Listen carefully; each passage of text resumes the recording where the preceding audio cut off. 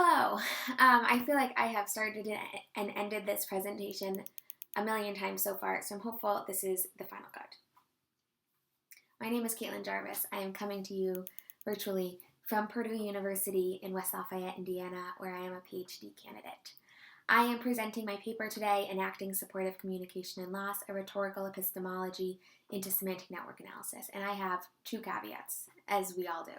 Number one, I am horrible at the internet and my computers seemingly hate the internet. So I have had a real problem this whole virtual semester uploading anything larger than this kind of talking video.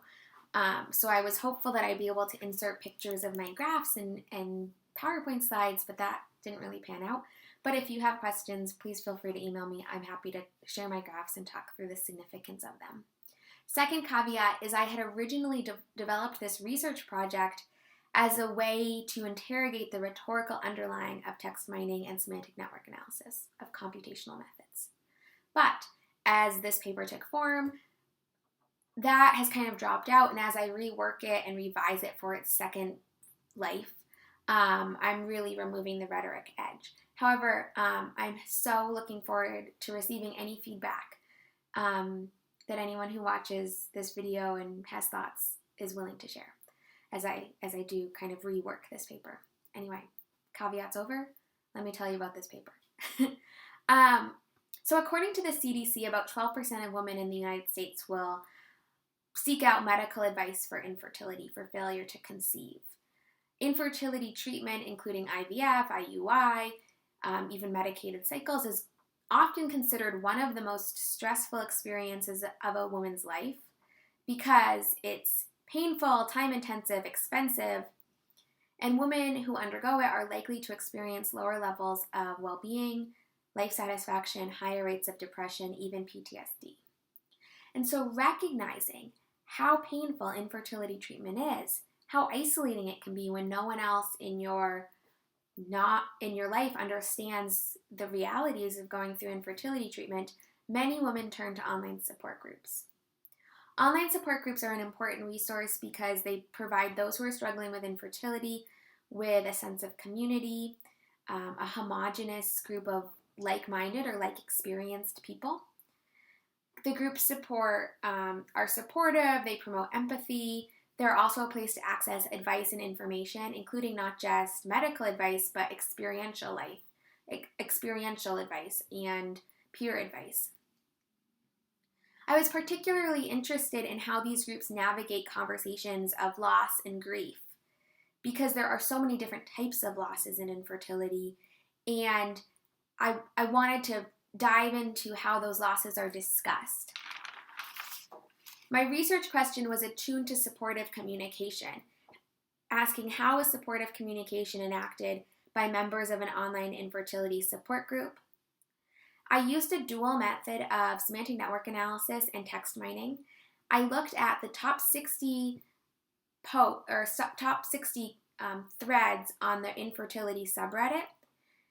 This resulted in about 4,500 user comments, which is about 75 comments per thread, and 2,121 pages of single-space text. That's a lot of data, too much data to manually code. So instead, I used this process of text mining to refine the data to only focus on the keywords. And then I used semantic network analysis, a software for semantic network analysis, to map the relationships between the words, to see what words were occurring frequently in close connection to each other. So this kind of methodology operates under the key assumption that there's inherent value, statistical value, descriptive value, even when words and concepts are removed from their original text corpus. This is where I was kind of getting my rhetoric idea from. So that being said, with my last half of this presentation, I really want to delve into my findings and what was interesting.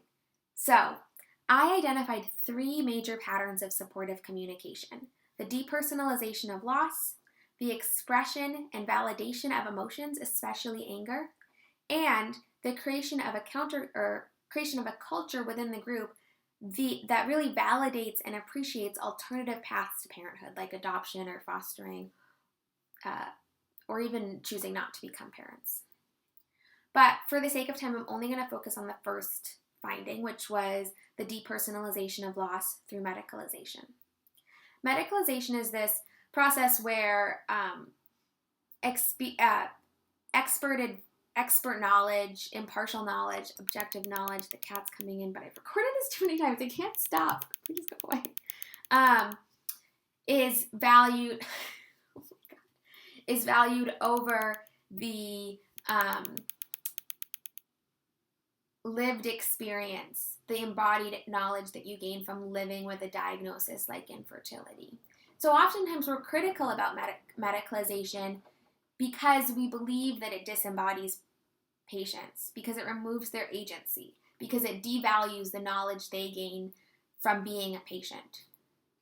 But in the infertility support group, when I was analyzing the networks, what I saw was that loss was often discussed in close connection to diagnoses like diminished ovarian reserve, polycystic ovary syndrome, endometriosis.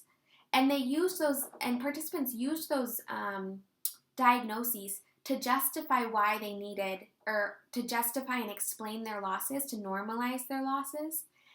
And in that way, they were removing some of that embodied agency of the loss that might have caused them greater grief. I temporarily removed the cat. My larger research project is on infertility, and I saw this pattern arising in interviews as well.